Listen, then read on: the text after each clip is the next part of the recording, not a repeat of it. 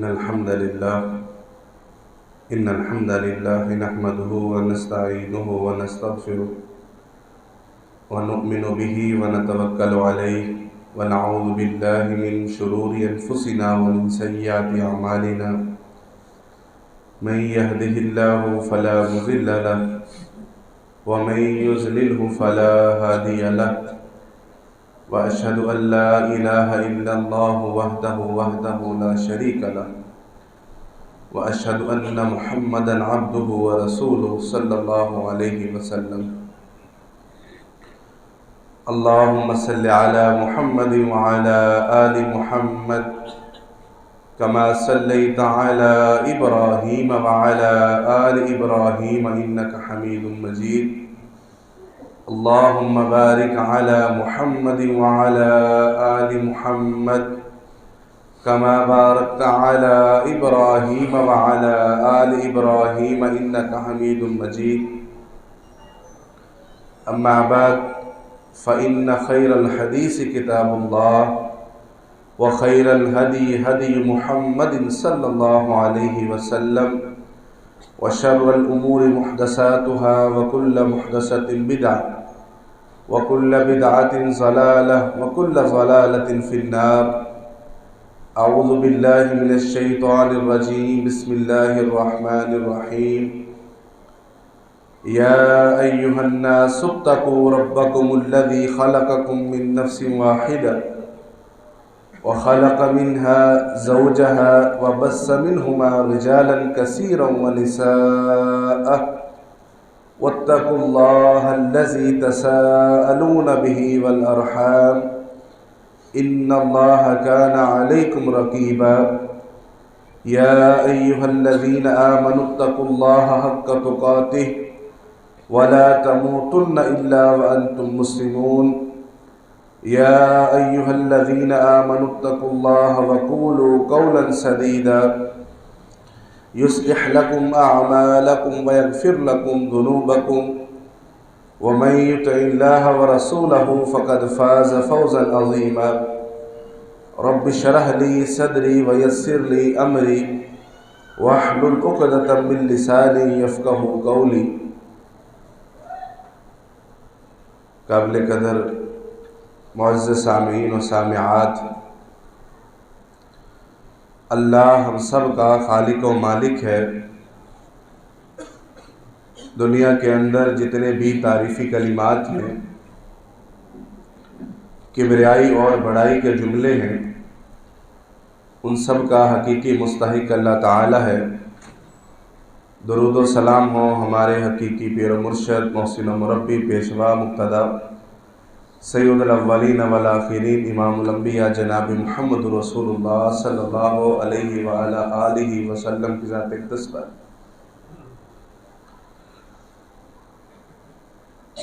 صحیح مسلم کی ایک روایت ہے، ایک شخص نبی علیہ السلام کی خدمت میں حاضر ہوا اور اس نے کہا کہ اللہ کے رسول، اپنا ہاتھ آگے بڑھائیے، میں آپ کی بیعت کرنا چاہتا ہوں، اسلام لانا چاہتا ہوں. نبی رحمت صلی اللہ علیہ وسلم نے اپنا دایاں مبارک ہاتھ آگے بڑھا دیا تو اس شخص نے اپنے ہاتھ کو پیچھے کھینچ لیا. نبی علیہ السلام نے اس کو پوچھا، کیا ہوا، ارادہ بدل گیا ہے؟ تو اس شخص نے کہا کہ ارادہ نہیں بدلا، اسلام قبول میں کروں گا، آپ پر ایمان بھی لاؤں گا، آپ کی بیعت بھی کروں گا، اطاعت کی بیعت بھی کروں گا، ارادہ میرا اچھا ہے، لیکن میری کچھ شرطیں ہیں کہ جن شرطوں کو پورا کروانے کے بعد میں پھر آپ کی بیعت کروں گا. نبی علیہ السلام نے اسے پوچھا، کیا شرطیں ہیں تمہاری؟ اس نے ایک طویل قصہ بیان کیا اپنے ایک جرم کا، اپنی ایک زیادتی کا. نبی علیہ السلام نے غور سے اس کو سنا کہ اس نے اپنی زندگی کے اندر کتنے بڑے بڑے جو ہے نا وہ جو بھی اسے لگتا تھا کہ یہ میں نے کارنامے کیے ہیں، برائی کے غلط کام کیے ہیں، وہ اس نے بیان کر دیے۔ حتیٰ کہ اس نے ایک ایسا واقعہ بیان کیا کہ جو آج بھی تاریخ کے اندر بڑا دل خراش ہے۔ وہ یہ تھا کہ میں نے اپنی بیٹی کو جہالت کی وجہ سے زندہ درگور کر دیا تھا۔ اب مجھے یہ بتائیں کہ اگر میں آپ کی بیعت کر لیتا ہوں، آپ کی بات مان لیتا ہوں، تو یہ جو پیچھے والے سارے گناہ ہیں، یہ سارے جرم ہیں، ان کا کیا بنے گا؟ نبی علیہ السلام نے دوبارہ ہاتھ آگے بڑھایا اور آپ نے فرمایا، یا عمر اما علمت الاسلام یہدم ما کان قبلہ، عمر کیا آپ کو یہ بات معلوم نہیں ہے، آپ کو یہ بات پتہ ہونی چاہیے کہ جب انسان اللہ کی طرف رجوع کرنے کا ارادہ رکھتا ہے، اپنی نادانیاں چھوڑ کر اپنی خطاؤں سے منہ موڑنے کی ارادہ کر لیتا ہے، تو جب وہ سر تسلیم خم اسلام جس کو ہم کہتے ہیں اس کو قبول کر لیتا ہے، تو اللہ اس کے اس لمحے سے پچھلی ساری زندگی کے گناہ معاف کر دیتا ہے۔ آپ احباب کو یہ بات علی وجہ البصیرت ازبر ہے۔ رمضان المبارک کا مقصد جہاں پر تقوی ہے، للہیت ہے، وہاں پر سابقہ گناہوں کی معافی اللہ سے لینا ہے، کروانی ہے۔ ممبر رسول پر وہ چڑھتے ہوئے آمین کہنے والی روایت آپ نے بارہا سنی ہے کہ جو رمضان آئے اور اس رمضان کے اندر اپنے گناہوں کی معافی لینی ہے اللہ تعالیٰ سے، محنت کے ذریعے، اللہ سے معافی کے ذریعے اور پکے وعدے کے ذریعے۔ نبی علیہ السلام آپ کا یہ معمول تھا کہ صحابہ بیان کرتے ہیں کہ ہم نے ایک مجلس کے اندر اللہ کے رسول علیہ السلام سے 100 سے زیادہ دفعہ جو ہے نا وہ استغفار والے کلمات سنے۔ رسول اللہ صلی اللہ علیہ وسلم کے بارے میں ہمارا کیا خیال ہے؟ ہمارا کیا یہ قرآن اور یہ حدیث آپ ہی کے ارد گرد گھومتی ہے، آپ ہی معیار ہیں اور آپ ہی زاویہ ہیں اور آپ ہی رستہ ہے، لیکن یہ ایک بندے کی اور اس کے رب کے یہ تعلق کی نشاندہی ہے کہ وہ اپنے مالک کے سامنے اس عاجزی کو ظاہر کرتا ہے۔ نبی علیہ السلام سے اعلان نبوت سے پہلے اور بعد تو کیا، پہلے تک بھی ان 40 سالوں کے اندر بھی اللہ تعالیٰ نے اپنے محبوب پیغمبر سے گناہ سرزد نہیں ہونے دیا،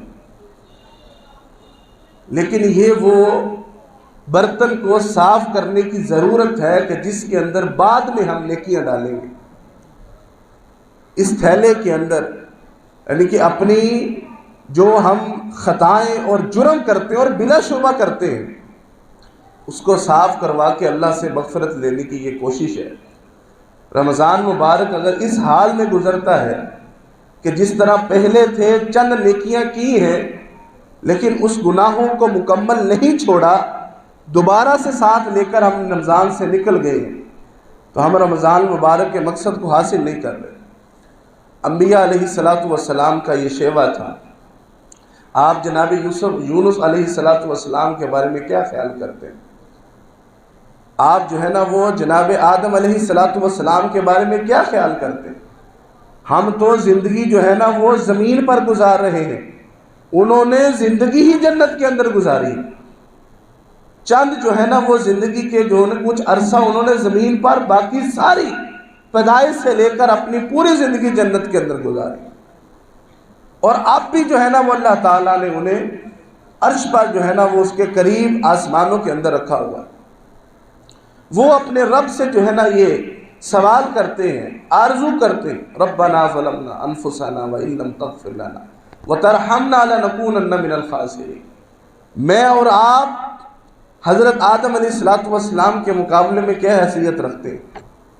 جناب یونس علیہ السلام قرآن مجید ان کی اس دعا کو، اس کی جو ہے نا وہ ان کی اس التجا کو اللہ نے قرآن بنا کر قرآن کے اندر شامل کیا، چونکہ اللہ نے ان کو یہ الفاظ سکھائے ہیں، لا الہ الا انت سبحانک انی کنت من الظالمین، یعنی کہ یہ قرآن مجید ہمیں بتلاتا ہے، اور اللہ تعالیٰ قرآن مجید میں یہ بارہا آپ نے جو ہے نا وہ سنا ہوگا، اللہ تعالیٰ بیان بھی کرتے ہیں، یا ایھا الذین آمنوا توبوا الی اللہ توبۃ نصوحا، اے ایمان والو اللہ کی طرف رجوع کرو، ہمیشہ کا رجوع کرنا، توبہ کرو، پکی توبہ کرنا۔ اور پکی توبہ کیسے ہوتی ہے؟ ان الحسنات یذھبن السیئات، انسان کی نیکیاں بتاتی ہیں کہ اس نے اس کے گناہوں کو لے کر جانا ہے کہ نہیں جانا، زبان سے انسان یہ کہہ دے۔ نبی علیہ السلام نے فرمایا جو بندہ 2 رکعت نماز پڑھے اچھا وضو کرنے کے بعد، نماز پڑھنے کے بعد وہ اللہ تعالیٰ سے یہ 3 باتیں کہہ دے، 2 رکعت نفل پڑھے، نفل، اور اس کے بعد یہ 3 باتیں اللہ کے سامنے کہہ دے، اے اللہ میں نے یہ گناہ کیا ہے، میں مانتا ہوں یہ گناہ ہے، میں مانتا ہوں۔ آج کل تو یہ المیہ ہے کہ مانتے نہیں ہیں کہ یہ غلط کام ہے، اس کے بعد تو معافی تو دور کی بات ہے، میں مانتا ہوں کہ یہ گناہ ہے، اور دوسری بات مجھے شرمندگی ہے کہ آپ مجھے دیکھ رہے تھے، آپ کے فرشتے نوٹ کر رہے تھے، مجھے علم تھا کہ یہ گناہ ہے، پھر بھی میں نے کیا، میں اس پر شرمندہ ہوں۔ اور تیسرا جملہ یہ کہہ دے کہ میں یہ وعدہ کرتا ہوں کہ آج کے بعد سچے دل سے، اللہ کو پتہ ہے کہ یہ دل کیا اس وقت کہہ رہا ہے اور اس کی کیا صورتحال اور کنڈیشن ہے، اللہ کو یہ سب پتہ ہے، اور انسان یہ کہہ دے کہ میں آئندہ کے بعد نہیں کروں گا، اللہ اس کے سارے گناہ اس وقت تک معاف کر دیتے۔ اور یہ ضروری ہے، اگر آپ اپنے رب سے معافی نہیں مانگتے، آپ اس کے صحیح والے بندے نہیں ہیں، آپ اللہ کو پسند ہی نہیں ہیں۔ اگر آپ زندہ ہیں اور اللہ سے معافی نہیں مانگ رہے، آپ اللہ کے پسندیدہ ہو ہی نہیں سکتے۔ نمازیں پڑھ رہے ہیں، روزے رکھ رہے ہیں، لیکن اللہ سے استغفار نہیں کر رہے، آپ اللہ کے پسندیدہ بندے نہیں۔ حضرت ابو ہریرہ رضی اللہ تعالی عنہ فرماتے ہیں، اللہ کے رسول نے فرمایا، حدیث قدسی ہے کہ اللہ تعالیٰ کہتا ہے کہ ابن آدم اگر آپ گناہ نہ کریں گے، اللہ تعالیٰ آپ کو اس دنیا سے مٹا دے گا، پھر آپ کی جگہ اور قوم لے کے آئے گا جو گناہ کرے گی لیکن اس کے بعد استغفار کرے گی، پھر اللہ ان کو معاف کرے گا۔ یہ ایک سمجھانے کا طریقہ ہے۔ یہ سارے بچوں کو نا ادھر سامنے لا کر بٹھائیں، جائیں، آپ چلے جائیں، آپ چلے جائیں،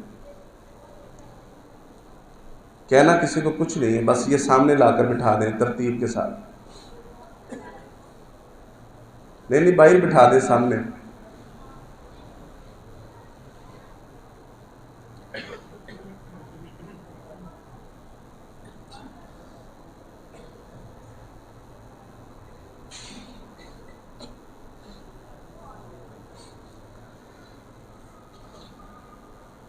اللہ تعالیٰ نے اس کو ایک طریقے کے ساتھ سمجھایا ہے کہ انسان کا جو پیدائشی عمل ہے، اللہ تعالیٰ نے اس کو ایک خطا کا پتلا بنایا ہے، اس کو جب اختیار دیا ہے تو اس کے ساتھ اس سے غلط فیصلے بھی ہوتے ہیں، گناہ سرزد ہوتا ہے، نفس کے ہاتھوں اپنی جو ہے نا وہ جو اس کا نفس اس کو ابھارتا ہے غلط معاملات کے اندر، تو وہ غلط معاملات اس سے غلط فیصلے کرواتے ہیں۔ لیکن اچھا انسان وہ ہے جو ان غلط فیصلوں پر ندامت اختیار کرتا ہے، ایک دفعہ کی چوٹ کھا کر اسی کام پر دوسری دفعہ نہیں جاتا، اس لیے یہ موقع دیا گیا ہے کہ آپ اپنے آپ کو سنبھال لیں۔ اور اللہ تعالیٰ کو یہ معاملہ بڑا پسند ہے کہ انسان اس کی طرف رجوع کرتا ہے۔ نبی علیہ السلام فرماتے ہیں کہ اللہ تعالیٰ انتظار کرتا ہے، اپنے ہاتھوں کو پھیلاتا ہے اور صبح سے لے کر شام تک انتظار کرتا ہے اس معاملے میں کہ گناہ کرنے والا اللہ کے سامنے توبہ کر لے، کہ اللہ اس کو جو ہے نا وہ پھر سزا نہ دے، اور شام سے لے کر صبح تک اس انتظار میں ہے کہ شام سے لے کر رات کے وقت گناہ کرتا ہے یا رات کے کسی بھی پہر میں کرتا ہے، وہ صبح ہونے سے تک جو ہے نا وہ اپنے لیے اپنے گناہوں کی معافی مانگ لے۔ اور نبی علیہ الصلوۃ والسلام فرماتے ہیں کہ یہ جو معاملہ ہے یہ تب تک چلتا ہے جب تک جو ہے نا وہ سورج مغرب سے طلوع نہ ہو جائے، یعنی کہ قیامت نہ آ جائے۔ اور سلف یہاں تک کہا کرتے تھے، سلف صالحین، ان سے سوال کیا گیا کہ آپ یہ بتائیں کہ اللہ کس بندے پر راضی ہے، اس کی آپ کو کیا نشانی معلوم ہوتی ہے کہ اب سے پتہ چل جائے کہ اللہ اس بندے سے راضی ہے؟ تو وہ فرمایا کرتے تھے یلہم الاستغفار عند التقصیر، کہ اللہ تعالیٰ اس کے دل کے اندر استغفار کی چاہت ڈال دے جب اس کے ساتھ غلطی ہو جائے، جب اس سے گناہ ہو جائے تو اس کے دل میں آ جائے کہ میں نے جو ہے نا وہ اس گناہ کو چھوڑ کر اپنے لیے جو ہے نا وہ معافی کروا لی۔ نبی علیہ الصلوۃ والسلام تشریف فرما ہے اور آپ پر ایک جنگ کے بعد قیدی عورتوں کو پیش کیا گیا۔ صحیح البخاری اور صحیح مسلم کے اندر یہ روایت موجود ہے۔ آپ جو ہے نا وہ ان کو پیش کیا گیا قیدی لوگوں کو، لوگ آپ کو بتا رہے ہیں، اس کی ساری رپورٹ دے رہے ہیں، اور آپ کی نظر جو ہے نا وہ ایک بچے کے اوپر اٹک گئی ہے، اور ایک عورت جو ہے نا وہ اپنے اس بچے کو تلاش کرنے کے لیے، اب یہ ایک بڑی کیفیت ہے کہ لوگ وہاں پر قید ہیں، ان کے ساتھ کیا معاملہ ہوتا ہے کیا نہیں ہوتا، کہ وہ اپنے تئیں دشمن کے پاس ہیں، لیکن وہ اس چیز سے قطع نظر، وہ اس مجمع سے جو ہے نا وہ کبھی ادھر کو کبھی ادھر کو کبھی اس طرف اپنے بچے کو ڈھونڈ رہی ہے کہ میرا بچہ کہاں گیا، چھوٹا۔ اس کو اس کا بچہ کچھ لمحات کے بعد مل گیا، اس نے اسے اٹھایا اور پردے کی اوٹ کے اندر جو ہے نا وہ اس کو دودھ پلایا۔ اور یہ سارا منظر جو ہے نا وہ نبی علیہ الصلوۃ والسلام اور صحابہ کرام دیکھ رہے ہیں۔ آپ نے صحابہ سے یہ سوال کیا، صحابہ مجھے یہ بتاؤ، کیا تم یہ خیال کرتے ہو کہ یہ عورت اپنے اسی بچے کو آگ کے اندر پھینک دے گی؟ خیال کرتے ہو کہ یہ پھینک سکتی ہے؟ صحابہ کرام کہتے ہیں کہ ہم نے بے دھڑک ہو کر فوراً کہا، بغیر سوچے سمجھے، کہ یہ ممکن ہی نہیں ہے کہ اس جو ہے نا وہ مشکل صورتحال میں، کہ جب وہ یہ بھی خیال نہیں کر رہی کہ جن لوگوں نے ہمیں قید کیا ہے وہ ہمیں ان کو نقصان نہ پہنچائے، اپنے بچے پر شفقت اور اس کے دودھ کا خیال کیے ہوئے ہے، اس کو ڈھونڈ کر سینے سے لگائے ہوئے ہے، تو یہ کیسے ممکن ہے کہ یہ اپنے کسی بچے کو آگ میں پھینک دے؟ تو نبی علیہ السلام نے فرمایا کہ اللہ اس ماں سے زیادہ اپنے بندے پر رحم کرنے والا ہے۔ اب اللہ نے ساری صورتحال واضح کر دی، آپ کو وہ ساری چیزیں مہیا کر دی ہیں کہ جو ساری چیزیں آپ کو چاہیے تھی، وقت چاہیے تھا، اللہ نے دے دیے۔ بہار اور سیل میلہ اور ایک سیزن آپ کو مہیا کر دیے۔ آپ روزے کی حالت میں آپ اندازہ کیجئے کہ آپ نبی علیہ الصلوۃ والسلام فرماتے ہیں اللہ تعالیٰ روزے دار کی دعا کو رد نہیں کرتا کہ جس وقت وہ افطار کے لیے جو ہے نا وہ دسترخوان پر موجود ہوتا ہے اور وہ انتظار میں ہوتا ہے اپنے سامنے چیزیں رکھ کر کہ یہ چیزیں میں تب کھاؤں گا جب جو ہے نا وہ میرے اللہ کا میرے لیے حکم ہوگا، اذان ہوگی تب کھائیں گے، ایک لمحہ پہلے بھی ہم نہیں کھاتے۔ تو یہ کس لیے ہے؟ اپنے رب کو خوش کرنے کے لیے۔ اس وقت جب بندہ اللہ کے سامنے اس حالت میں ہوتا ہے کہ جب اللہ اس کو دیکھ رہے ہوں گے تو اللہ کو اس پر کتنا پیار آتا ہوگا۔ اللہ کے لیے رکھا ہے روزہ۔ آپ نے وہ حدیث سنی ہوگی کہ ایک چرواہے پر اللہ تعالیٰ جو ہے نا وہ عجیب خوشگوار جو ہے نا وہ اللہ تعالیٰ کو اس پر معاملہ ہے، اکیلا ہے، پہاڑ کے اوپر ہے، بکریاں ساتھ ہیں، کوئی بھی نہیں ہے، لیکن نماز کا وقت ہوتا ہے وہ خود اذان دیتا ہے، خود اذان دیتا ہے اور خود جو ہے نا وہاں پر اکیلا نماز پڑھتا ہے اور جماعت کی نماز پڑھتا ہے، تو اللہ تعالیٰ فرشتوں کو جمع کر کے اس کو دکھاتے ہیں کہ یہ دیکھو، یہ میرا بندہ ہے کہ جس پر اس کے رب کو فخر ہے۔ ہم اس وقت اس حالت کے اندر ہوتے ہیں، اللہ نے ہمیں مواقع میسر کیے ہوئے۔ آپ نے دعا کرنی ہے، آپ دعا کریں اذان اور اقامت کے درمیان، وقت ہے، موقع ہے، مسجد ہے، وضو کی حالت ہے، آپ اللہ کے سامنے گڑ گڑائیے۔ اللہ نے سحری کا وقت، روزہ جو ہے نا وہ رکھنے کا وقت وہ رکھا ہے کہ جس وقت آسمان دنیا پر رب صدائیں لگا رہا ہے،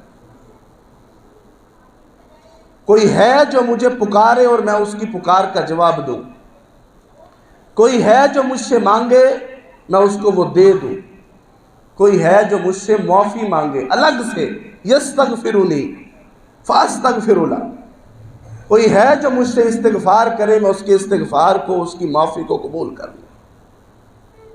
یہ معافی مانگنا اللہ تعالیٰ کے نزدیک بہت ہی جو ہے نا وہ خوبصورت عمل ہے کہ اللہ تعالیٰ اس بندے کے عمل کو پسند کرتا ہے، اور یہ بندے کے لیے ضروری ہے۔ نبی علیہ السلام اور آپ کے اصحاب اس پر بخوبی عمل کرتے تھے، ہمیں بھی اس کی جو ہے نا وہ پابندی کی ضرورت ہے۔ کیا ضرورت ہے؟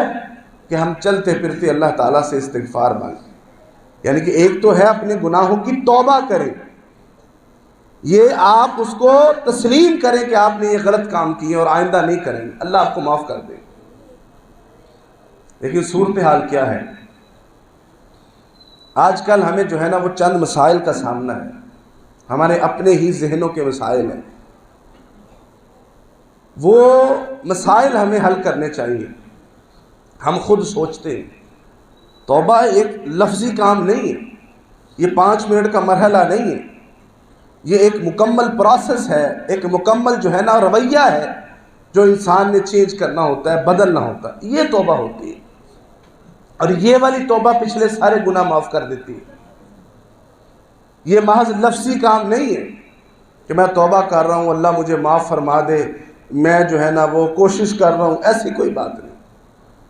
ایک دفعہ وہ وہاں پر سب کچھ چھوڑنا ہے، اس کے بعد اللہ تعالیٰ آپ کی مدد کرے گا اور اس پر جو ہے نا آپ کو استقامت عطا کرے گا۔ ایک شخص آیا اور اس نے آ کر اللہ کے رسول سے کہا، صحیح مسلم کی روایت ہے یہ بھی، آ کر کہا اللہ کے رسول مجھے وہ بات بتلائیے جو بات میں آپ سے ابھی سن لوں، اس کے بعد وہ والی بات مجھے اور کسی سے پوچھنی نہ پڑے، یعنی کہ زندگی میں وہ بات پھر مجھے کسی سے پوچھنی نہ پڑے، ایک ہی بار بتائیں وہ بات۔ کتنی خوبصورت بات ہوگی۔ نبی علیہ السلام نے فرمایا جب تو یہ کہہ دے کہ میں اللہ پر ایمان لایا، ثم مستقیم، پھر اس پر ڈٹ جا، اس پر ڈٹ جا۔ پھر آپ کیا سمجھتے ہیں کہ یہ جو روزہ ہے یہ ایسے رکھنا ہے، روزہ ایسے رکھنا ہے کہ میں ایسا کھانا کھاؤں جو مجھے جو ہے نا وہ شام تک بھوک محسوس نہ ہونے دے، ایسا قیام کروں جو مجھے تھکنے نہ دے، اس کا نام روزہ اور قیام ہے؟ کیا ہم یہ سمجھتے ہیں؟ اگر مشقت برداشت نہیں کر رہے، یہ نہیں کہ لازمی ہونی چاہیے، ٹھیک ہے کسی کو نہیں محسوس ہوتی ہوگی، لیکن اکثر کی بات کر رہا ہوں، مشقت برداشت کرنا ہی اللہ کے لیے محبت کا ثبوت ہے اور روزہ ہے۔ قیام کے لیے ٹانگوں کا درد کرنا ہی اصل، اس کو برداشت کرنا یہ قیام کی لذت ہے، اور یہ رسول اللہ بھی کرتے تھے صلی اللہ علیہ وسلم۔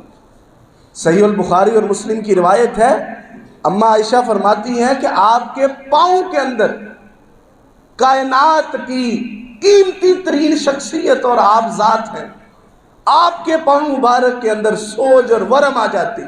کیوں آ جاتی؟ زیادہ کھڑے ہونے کی وجہ سے۔ 6 سپارے ہم جو ہے نا وہ 8 اور 10 رکھتے پڑھتے ہیں 1 گھنٹے میں، اللہ کے رسول آدھی رات کے اندر 8 رکھتے اور 10 رکھتے پڑھا کرتے۔ ہماری اور ان کی رکھتوں میں بھی فرق ہے، مطلب کہ دورانیے کے اندر ہم رکھتے گنتے ہیں، ان کو پورا کرتے ہیں۔ اللہ کے رسول قرآن مجید زیادہ پڑھا کرتے تھے۔ یہ مشقت ہے اور یہی بات ہے، اسی کو برداشت کرنا ہے۔ ہم سمجھتے ہیں کہ ہمیں جو ہے نا وہ یہ کوئی چیز برداشت نہ کرنی پڑے، برداشت کرنی پڑے گی، اس کے بعد مضبوطی آتی ہے۔ اگر امتحان نہیں آ رہے، مشکل نہیں آ رہی، تو پھر آپ کسی مرحلے سے گزر کر اللہ کا قرب پا ہی نہیں سکتے۔ اگر کسی کو آسانی کے ساتھ گھر بیٹھے بٹھائے سب کچھ مل جانا ہوتا تو اس کے سب سے زیادہ جو ہے نا وہ اہل اللہ کے رسول علیہ الصلوۃ والسلام ہوتے۔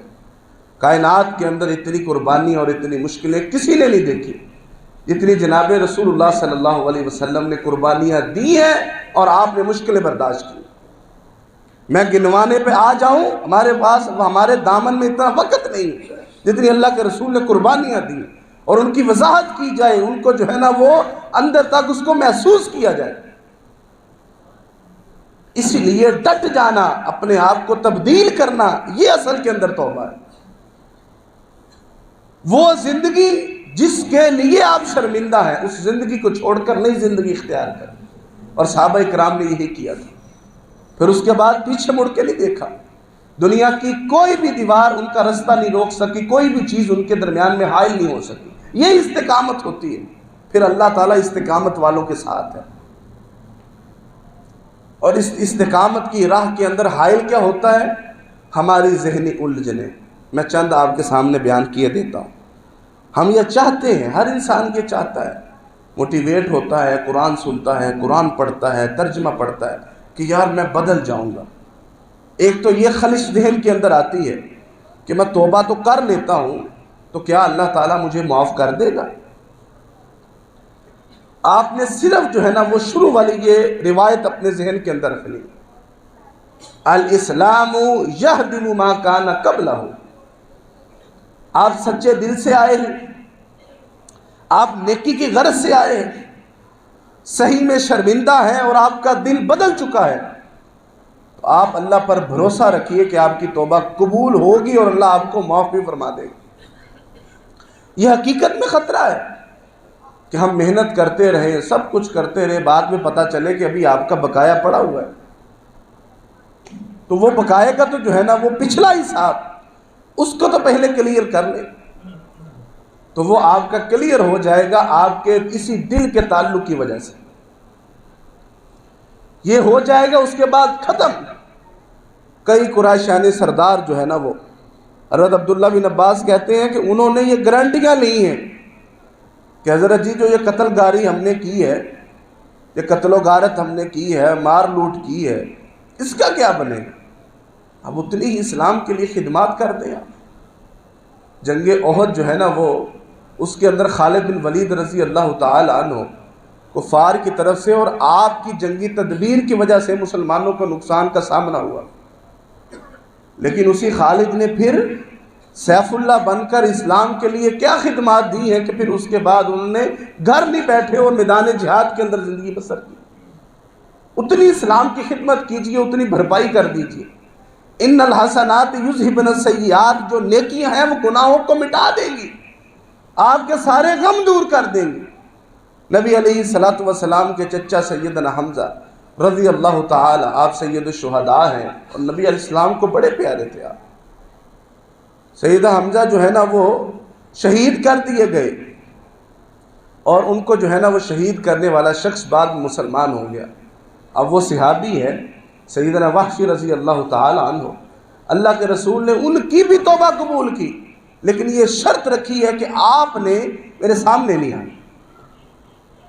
صبر کا جو ہے نا وہ ایک پیمانہ ہے، اللہ کے رسول بھی انسان ہیں، آپ جو ہے نا وہ کچھ لمحات کے لیے، کچھ وقت کے لیے زخم جو ہیں وہ تھوڑے سے بھر جائیں، آپ زندگی باہر گزار لیجئے، کسی اور چلے جائیں۔ انہوں نے مسیلمہ کذاب کو مار دیا جس نے جھوٹا نبوت کا دعویٰ کیا تھا۔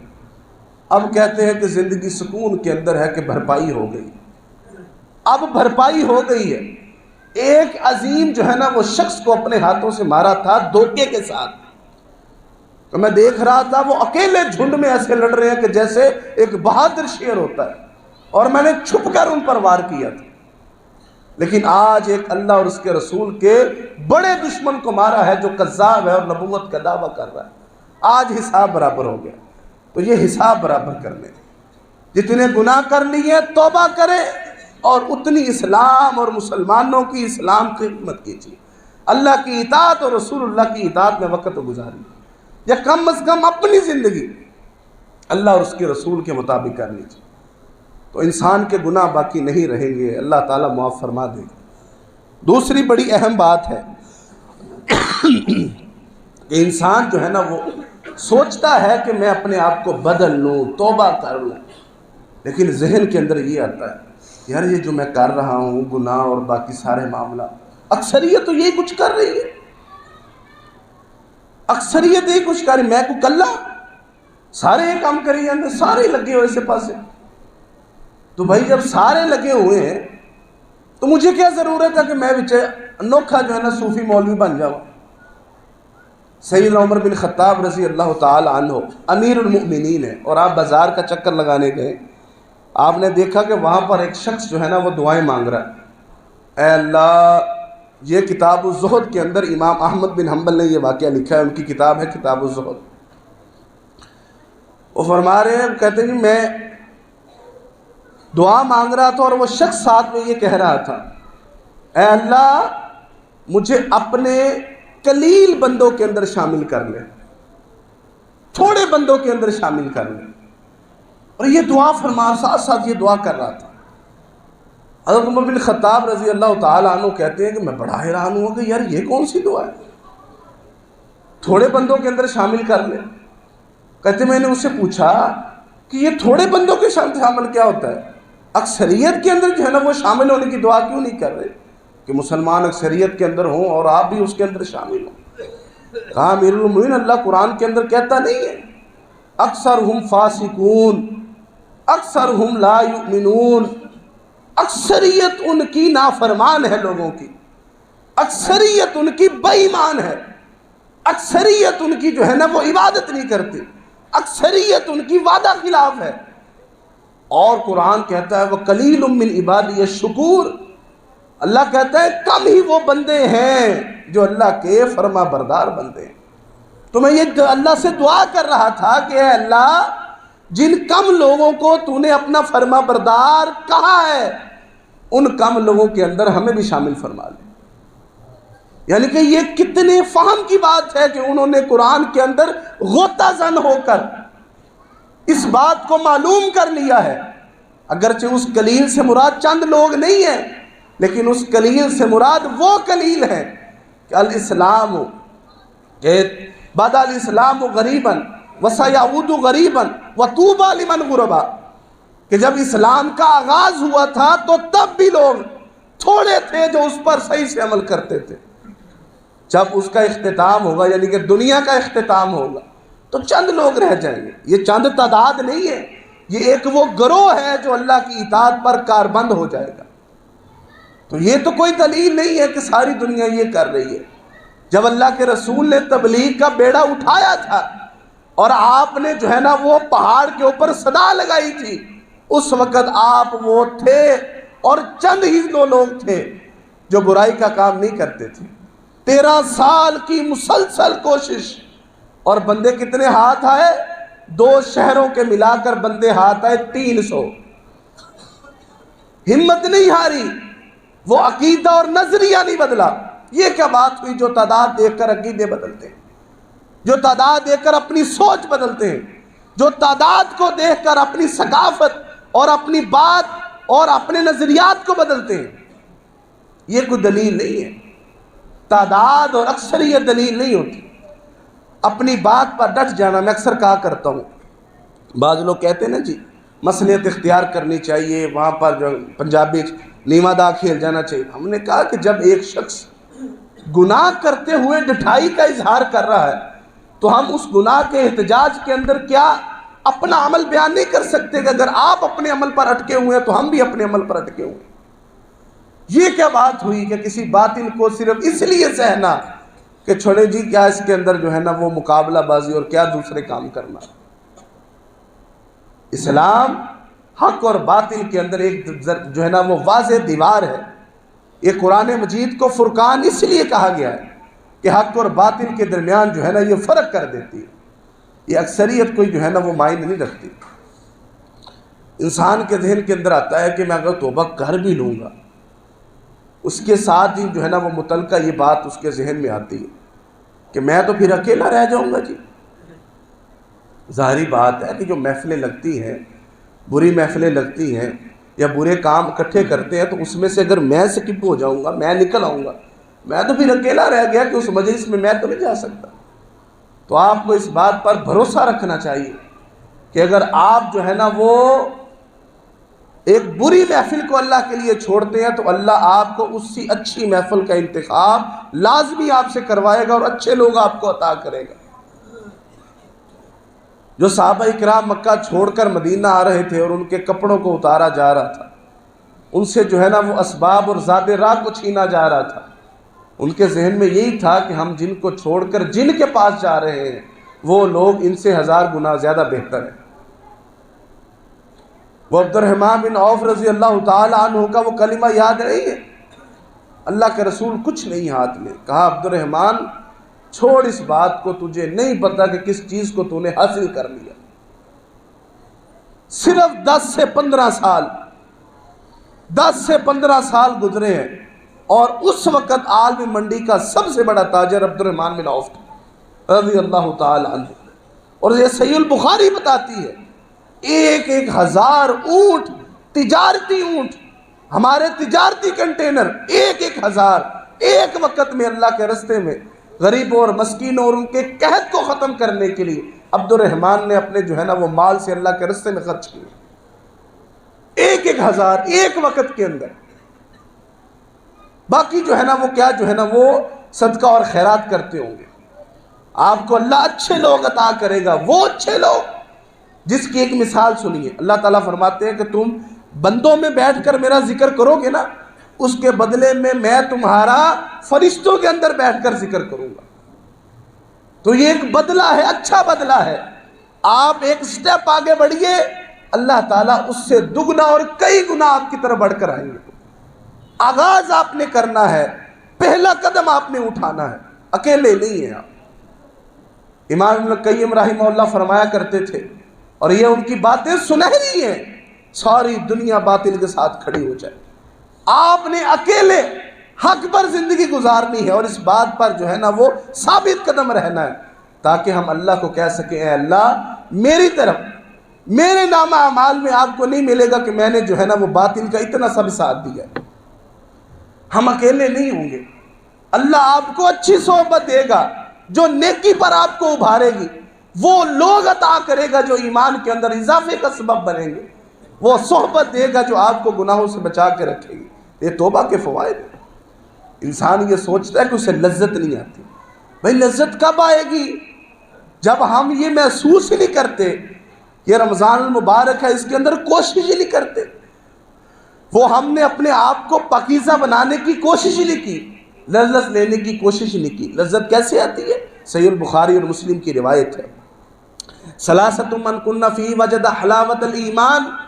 3 ایسی چیزیں ہیں رسول اللہ فرماتے ہیں کہ جس شخص کے اندر آ جاتی ہیں اللہ تعالیٰ اسے ایمان کی مٹھاس محسوس کروا دیتا ہے. اور یہ صحابہ کرام کا خاصہ تھا کہ جو ان کو مشکلات محسوس نہیں ہوتی تھی اور وہ ثابت قدم رہتے تھے، وہ ایمان کی مٹھاس کو محسوس کیے ہوئے تھے. پہلی شرط یہ ہے اللہ و رسولہ احب الیہ مما سواہما. کائنات ایک طرف، اللہ اور اس کا رسول ایک طرف. جس شخص نے یہ درجہ پا لیا اس کو ایمان کی میں جو ہے نا وہ مٹھاس محسوس ہوگی، اس کی حلاوت اس کو آنے لگ جائے گی. کسی سے محبت یا نفرت اس کا معیار یہ ہوگا کہ اللہ کے لیے نفرت اور اللہ کے لیے محبت ہے. ذاتی مفاد نکال دیے ہیں. یہ دنیا ہے مطلب دے رہی ہے، مفاد دے رہی تو ٹھیک ہے، ورنہ تعلق مفاد کے لیے نہیں رکھنا. فائدہ تو ہر انسان نے ایک دوسرے سے لینا ہوتا ہے، کوئی کسی سے کیسا فائدہ، کوئی کسی سے کیسا فائدہ، لیکن اگر نہیں مل رہا تو تعلق کو ختم کرنا سب سے بڑا انسان کی یہ جو ہے نا وہ بری حرکت ہے کہ مطلب کے لیے انسان کسی سے تعلق رکھے، مفاد کے لیے کسی سے تعلق رکھے. سب سے نیچی اور گھٹیا حرکت کسی انسان کی یہ ہے. اور تیسری چیز، ایک بار توبہ کر لی ہے اس کے بعد دوبارہ گناہ کرتے وقت اسے یہ محسوس ہو گویا کہ اسے کوئی اٹھا کر آگ کے اندر پھینک رہا، اتنا اسے جو ہے نا وہ خوف آئے دوبارہ گناہ کرنے سے۔ یہ 3 کام جس شخص کے اندر آ جائے، نبی علیہ السلام فرماتے ہیں کہ وہ ایمان کی حلاوت کو محسوس کر لے گا۔ آپ کو کسی کو بتانا نہیں پڑے گا، ہمارا وقت ختم ہو گیا، آپ کو کسی کو بتانا نہیں پڑے گا کہ آپ نے یہ گناہ کیا ہے۔ انسان ڈر جاتا ہے، اس کا مطلب ہن میرے پہلے دسنا پڑے گا کہ میں جو ہے نا وہ یہ کرتا تھا، میں نے بند کر دیا، کسی کو نہیں بتانا پڑے گا۔ وَنَحْنُ أَقْرَبُ إِلَيْهِ مِنْ حَبْلِ الْوَرِيدِ۔ اور نبی علیہ السلام پر اترنے والا قرآن یہ بتاتا ہے، یا عبادی الذین اسرفوا علی انفسہم لا تقنطوا من رحمت اللہ، اللہ کی رحمت سے نا امید نہیں ہونا۔ خاموشی سے صرف اللہ کے سامنے گڑ گڑا کر وہ پنہ صاف کروا لیجئے، یہ موقع ہے، یہ دستور ہے، یہ وقت ہے، آپ کو میسر ہے۔ اور اس کے بعد کرنا کیا ہے؟ عمل صالح کرنے ہیں، نیک عمل کرنے ہیں، اس کے بدلے میں اس کا کھاتا پورا کرنا ہے، جتنے گناہ کیے اتنے عمل کر کے ان الحسنات یذہبن السیئات کروانا ہے۔ اور آخری بات یہ نصیحت سن لیجئے، جو بندہ آپ کے سامنے نیکی کی طرف ابھر رہا ہے اس کو تنقید نہ کیجیے۔ سو چوہے کھا کے بلی حج نو چلی، ہن ایڈا تو نیک آ گیا، مینوں پتہ ساری زندگی تو کی کردا رہے۔ یہ جملے، یہ وہ شیطانی جملے ہیں جو اس کو مجبور کرتے ہیں۔ شیطان پھر اس کے ذہن میں اللہ لیلا مزہ تو بڑا حاجی بنن پھردا وے، تینوں کو قبول ہی نہیں کردا، جدوں تو آ جگہ سی نا اے سارے کہندے سی کیا بات ہے جی، بڑا شی جوان ہے، ہن تو مولوی بن کے آ کھٹ لا۔ یہ شیطانی جملے ہیں جو اسے مجبور کرتے ہیں کہ تو نیکی نہیں کرنی، بلکہ اسے دونوں ہاتھوں سے قبول کیجیے۔ بڑی خوشی ہوئی کہ آپ نے یہ فیصلہ کیا، آپ نے یہ عمل چھوڑ دیا، آپ ہمارے بھائی ہیں، آپ ہمارے ساتھ ہیں۔ اور بندے کو نہ بتاتے پھرے آپ پہلے آ کردا سی، اس تو بعد ہن آ کرن لگ پیا، یہ سارے برے کام۔ اللہ کے رسول نے کبھی اس کا کسی کو تعارف نہیں کروایا۔ بڑے بڑے لوگ آپ کے پاس آئے، آپ نے کبھی نہیں کہا وہ یاد ہے تینوں ایک باری تو سانوں ایویں کیا سی، حالانکہ آپ سے جنگیں لڑی ہیں، کبھی کسی کو یہ نہیں کہا آپ ہمارے بھائی ہیں اور آپ ہمارے بھائی ہیں، اب آپ ہمارے ساتھ ہیں اور آپ ہمارے ساتھی ہیں۔ اللہ تعالی ہمیں اس کی عمل کی توفیق عطا فرمائے۔